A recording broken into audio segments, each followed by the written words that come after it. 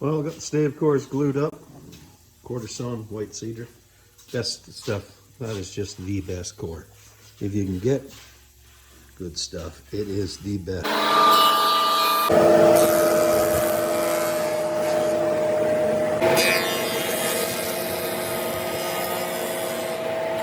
So this is the ladder frame that we're going to laminate for the front door. So we've got, it's still a mortise and tenon joint. I mean, how's the fit, Andrew? Oh, I don't know. Come closer and have a look at this. Oh, that's probably a good fit. Oh yeah. Oh, it's a popcorn fit, straight off the saw. No hand tools were harmed in the making of this door. Okay, well the real test is to see if everything is straight, right? Do we have any light? That's got to be straight. Well, of course it is. We milled it. Oh, isn't that perfect? Okay, so this is the stave core ladder construction. It's actually a technique I'm trying. There are some manufacturers in Europe that are doing foam interiors. So the stave core construction is laminated strips oriented. This case, old growth white cedar. Very stable. This stuff's stable. So, and then we'll inlay foam there. And we ran our foam through the thickness sander at the same time because you can't get, you know, foam is only that accurate. And we've already done our test for gluing. So Andrew, no glue on that. Let's listen to. Is it flat? Is it flat? Okay, so that's just dry fit. So should we check it for square? Well, we better check it for square. Oh, that's good. Okay, so we're gonna leave this in for 24 hours. Still have to edge that with our oak. Got majority of our quarter sawn. Look at nice old growth, eh? I picked out all the old growth. Real nice tight grain. Should have a few extra feet. Now, I see a lot of guys putting heavy, thick 1/4 inch stave core. I don't know. How fat you want to be is 3/16 is pretty fat. You don't really want to be fatter than that. Really the safest way to join the edge of really thin stock is to bring your fence right over and only expose enough cutter head so that you can do your joining of small pieces and add a little feather block that covers the head. This way no one has to pay attention just to the joining process. And that guard, your standard guard, your pork chop guard is not in the way. So show it. And usually at the end of those blades, those are always razor sharp because on a pork chop style safety guard, you're always against the fence. So that's a good little technique to join thin work with safety, right? Nothing wrong with being safe. Right, so there's no danger of his hands ever being cut. The thing is that our edges are all marked. Okay, and instead of ripping and joining the other edges, this saw actually is pretty friggin' brilliant. It's, we've got a super high tooth count alternate top bevel blade. And so is the air on? Put the air on. And we're getting a perfect glue joint out of this.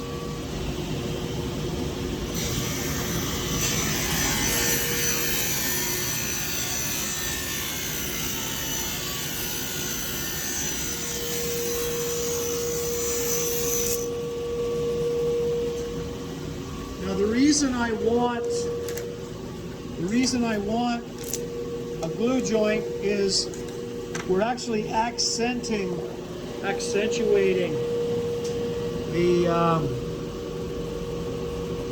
the veneers so that they look like planks, and so we want the planks all of the same size.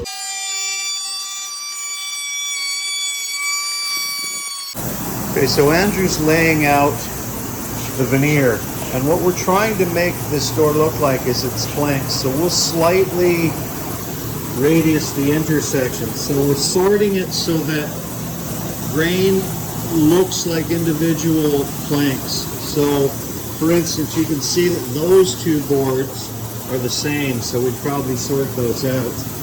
Just so you can not see a repetitive shape that looks like it's made up with planking.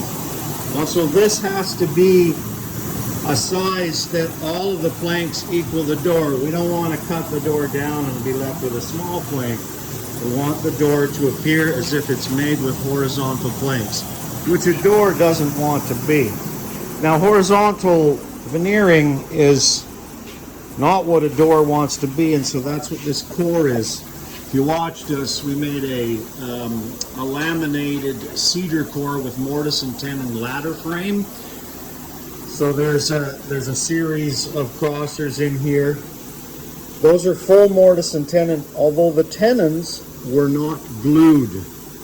They're only glued to the plywood. This plywood is it's a marine grade mahogany, multiple ply, completely waterproof. This is white cedar. Notice we marked to the top because we have a larger kicker at the bottom, which is a rail about this wide. So this now has R10 foam, or 7.5 foam with this, and then when we add, we'll be at 2 5/8, something like that. I can't remember what we're going to be for the hardware. But that is a perfectly flat. Okay, so here we're sorting for color. So what's a good way to do color is come way back and see the grain. That's how you'll see the reflections in the room. So what you want is a consistency of color. We've got great consistency of color. We don't want any white, lighter colored oaks showing up. Okay? Now what we'll do is, see, we probably don't want those two together. So we'll start sorting now for grain. That does look like a plank door. It's going to be beautiful. That's our core. Right. See how the grain is vertical, right? And it's also old growth. So this is a little story of accuracy. And so we're making planking up, and you can see we've beveled ever so slightly the veneer so that it looks like planking. Well, that came off of the ripsaw I rebuilt. And so if those were not parallel, they're really going to make an accentuation of the measurement. Are you sliding them? Are they all together, Andrew? Can you get them all stuck together? Okay, so what we got here is 87.5 less a 16th. Just more not right at the very end there, right about there. Okay. And this one is, so over the whole distance, maybe a 1/16 of an inch. Divided amongst, how many, 25 pieces? Yeah, so that is very accurate. I think we can live with that. In fact, Andrew, it might just be we haven't run this parallel. Oh, this is a rough edge. Okay, so we got the first skin together. We're putting them into the clog, face down. So if there's any imperfection in the thickness, which each veneer is probably within 3/10 of each other. So we'll put all that to the back side. See, we've got glue on that. So that is the orientation. We rub the back with a little bit of our finger, and you can see it does draw the glue, so we'll have to clean a couple spots. Okay, but that's the look of the door. It's a 4x8 sheet, a quarter sawn, horizontal grain. So we're going to lay that up on this door to dry overnight, and we're going to flip this one over now, face down, glue it on the back side.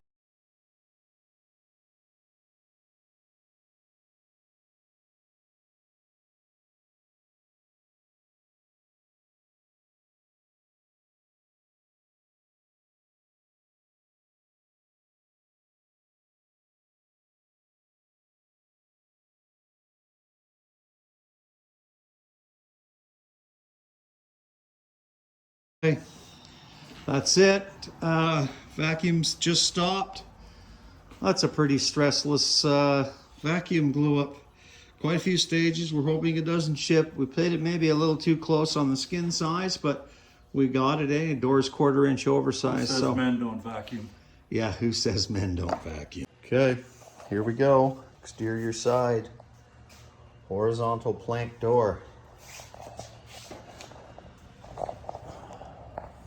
Looks pretty flat.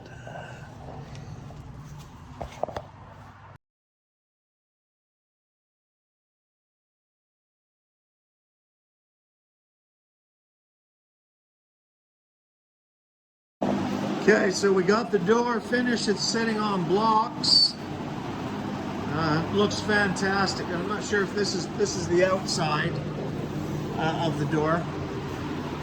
Okay, so we're notice the press is gone. So got a permanent spot for that, which is a lot nicer. There's the mill shop down here, and now our press is up here. We figured with the chain fall, if we were doing doors like that, just do that work up here. This is a great space. Press is going to be permanently set up here. So we're getting riffs on white oak for the jam stock, 5/4. Stuff's beautiful, hard to find, all from the same log.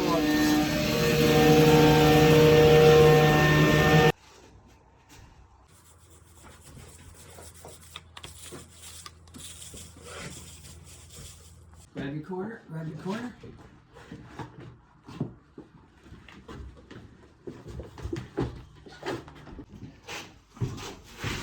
Everything's clamped. The valve's open. Shut the valve. Okay, so we're clamping up our jam section. So this is ideally probably the best because this platen is so flat. It's going to do our face clamping perfectly flat. Okay. It's down. Right there. It's down. Everything's down. Okay, so it takes a little while to get the air out. Okay, so there we are, sucked down. Perfectly flat. So we've got 3 by, well, it's going to be 2 3/4 by 6. That's our transom header for the door. The door is actually hung on the window side, so we're going to make that super solid. I don't want to have, you know, generally manufacturers will attach units together to make an assembly. We want ours, it's not that, we don't do that. We make a whole unit. It's an entire unit. So it's about 10 feet tall and 6 feet wide. So this is the old way, just, you know, with hand pressure, right? For an old guy. Gonna whip the old boy into shape here. Now the important thing here is to clamp these vertically this way. Don't lay them on a flat surface and clamp them this way. You don't want things to bow. So we clamp them this way so that they're straight. So there's no glue between here, right? These are our exterior jams, and then there'll be an oak brick mold that will cover that. So we got, you know, well, 1 3/4 jam stock. That's the 10-foot. That's the 10-foot outsides, and then what you saw upstairs was the interior partitions for the transom and the side light, which are continuous. Anyway, we'll let those cure for a day, and then we'll redress them as a component because now it's engineered. Andrew, what's taking you so long to chop the corners of those fucking... No, I don't like this chisel you gave me. You know, What's wrong with it? use that. I can use mine.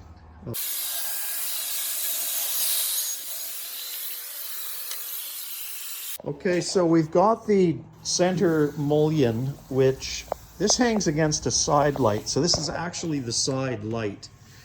That's why we did it in a timber, right? And we've got, you know, 4.5 inch ball bearing hinges. And so we'll want to help me open. Oh, Jesus, I can't even. There we go. So there we go.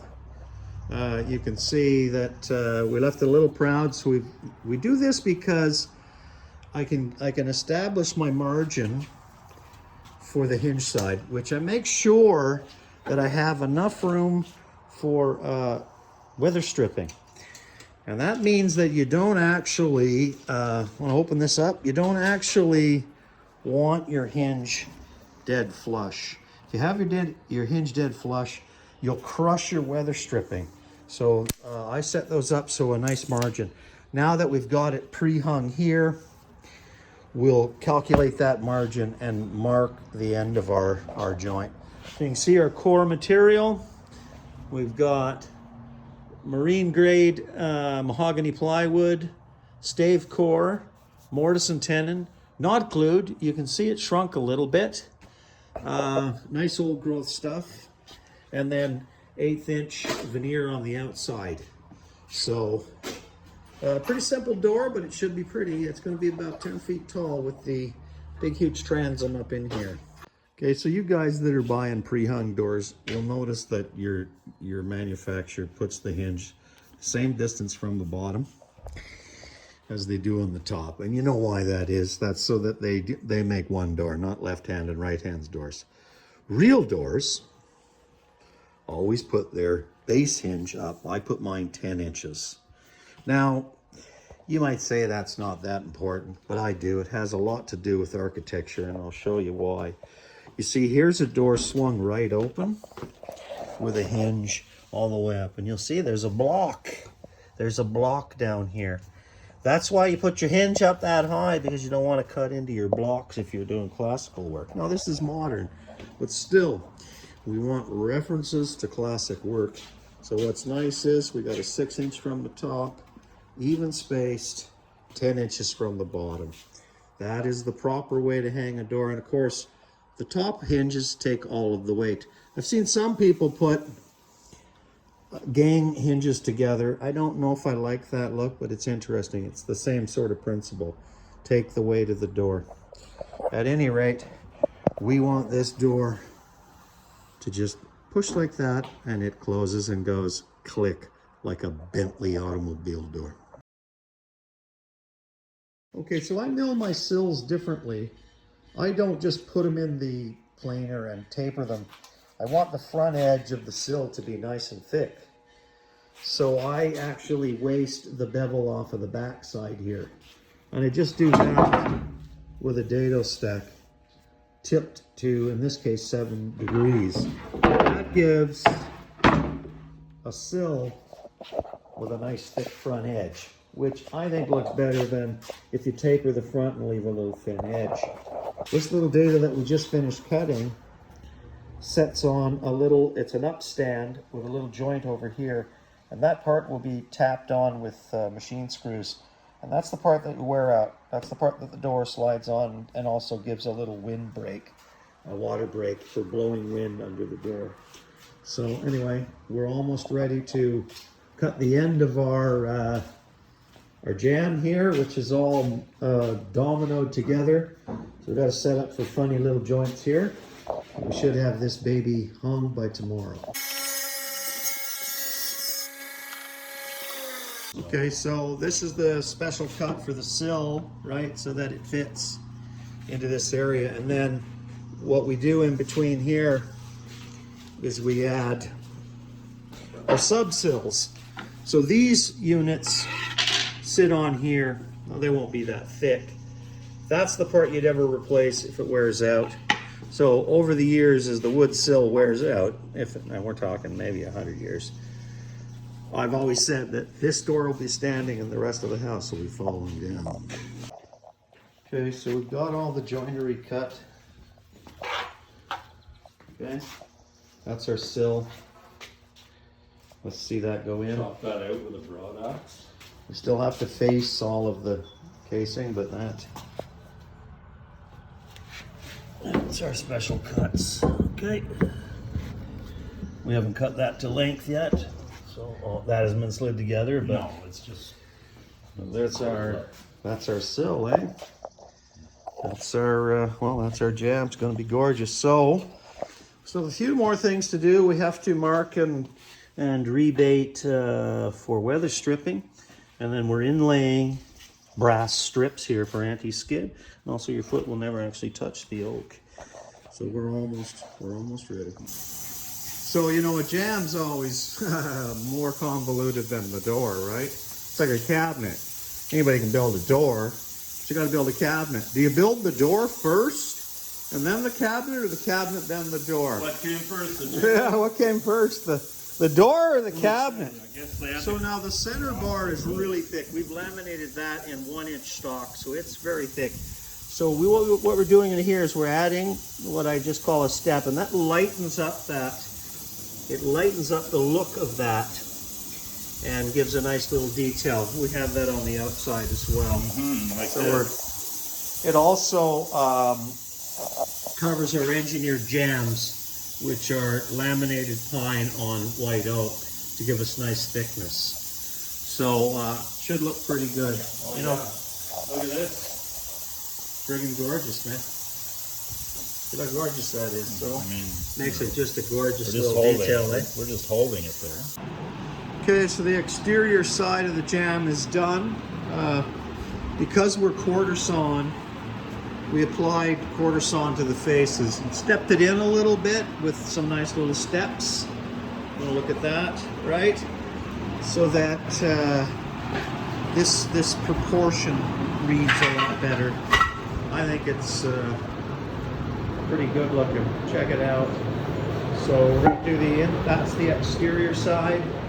It's got its brick mold, tiny, just a tiny little chamfer, and how it does the detail for where the division rails come together. And there is the sill. This is all the brass inlays, right?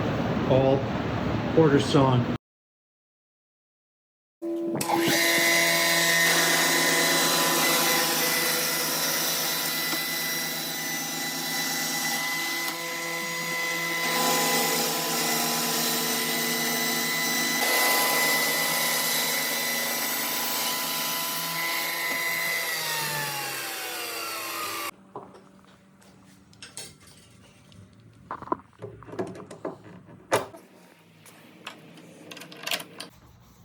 Okay, so we finally got the hardware from M-Tech, which is the right stuff for the sticker door.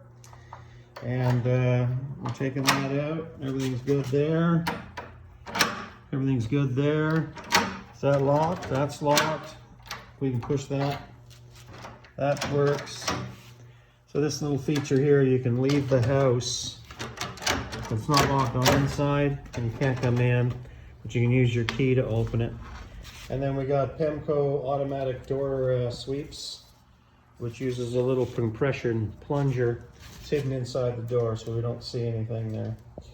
So that's the last thing to do.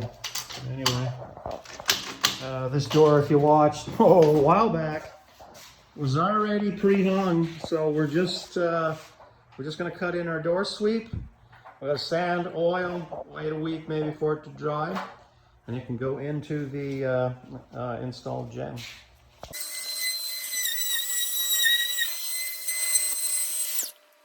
Hey, Jack, you're installing a sweep at the bottom of the door. How did you do that? How did you route that out? Well, so we have to, we're using a 1/2-inch collet router with a 1/2-inch bit with a 5/8 collet, which I just made a spacer block, which is this plus the collet thickness.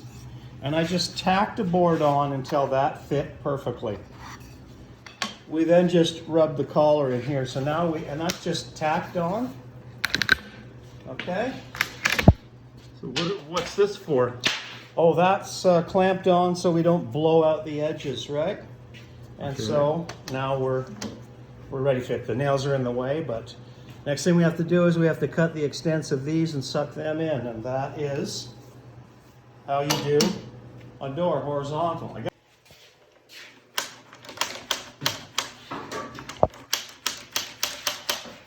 Automatic Pemco door sweeps. So we can sort of see the structure of this. See the mortise and tenon into the stave core frame. with the mahogany. There's that. You can actually see the mortise and tenons in our sub ladder frame. So this is an incredible door. It's just definitely never going to fall apart. Wait till you see this oiled. Now we want to blow out all of the pores. Very important next stage, prior to oil. This is a master hand rub finish. There. Yeah, go ahead. Yeah, that's